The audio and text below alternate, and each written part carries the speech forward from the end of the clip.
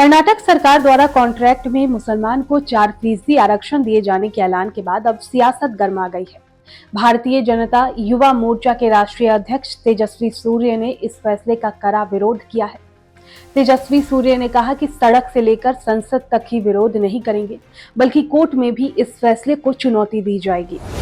The questions that the Bharatiya Janata Party would like to ask Siddaramaiah are these. You claim to be a practitioner of secularism. Is this the brand of secularism that the Constitution of India and Baba Saheb Ambedkar envisaged for the country, where benefits of reservations are taken away from SC/STs and given over to minority Muslims? You claim to be a champion, a self-proclaimed champion of Ambedkar and the welfare of backward classes. When the idea of reservations for minorities on the basis of religion was mooted during the framing of the Constitution, Baba Saheb Ambedkar had opposed this idea tooth and nail with these words.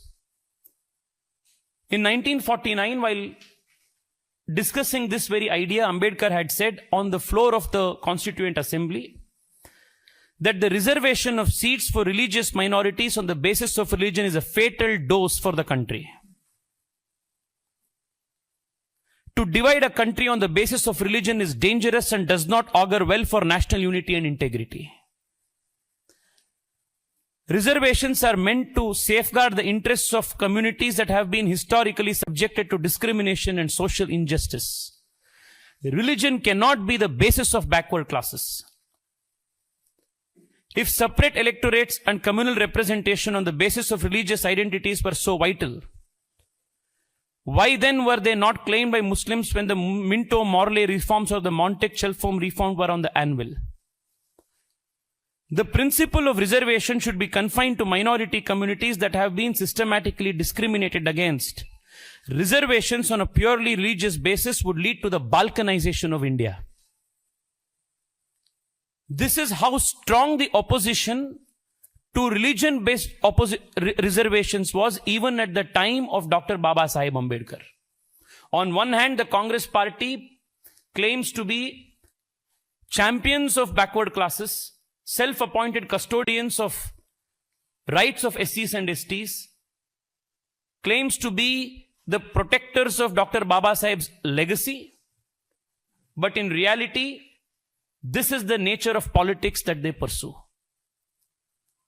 Even earlier in 2004, the Congress government in Andhra Pradesh had proposed this 4% reservation in government tenders for Muslims.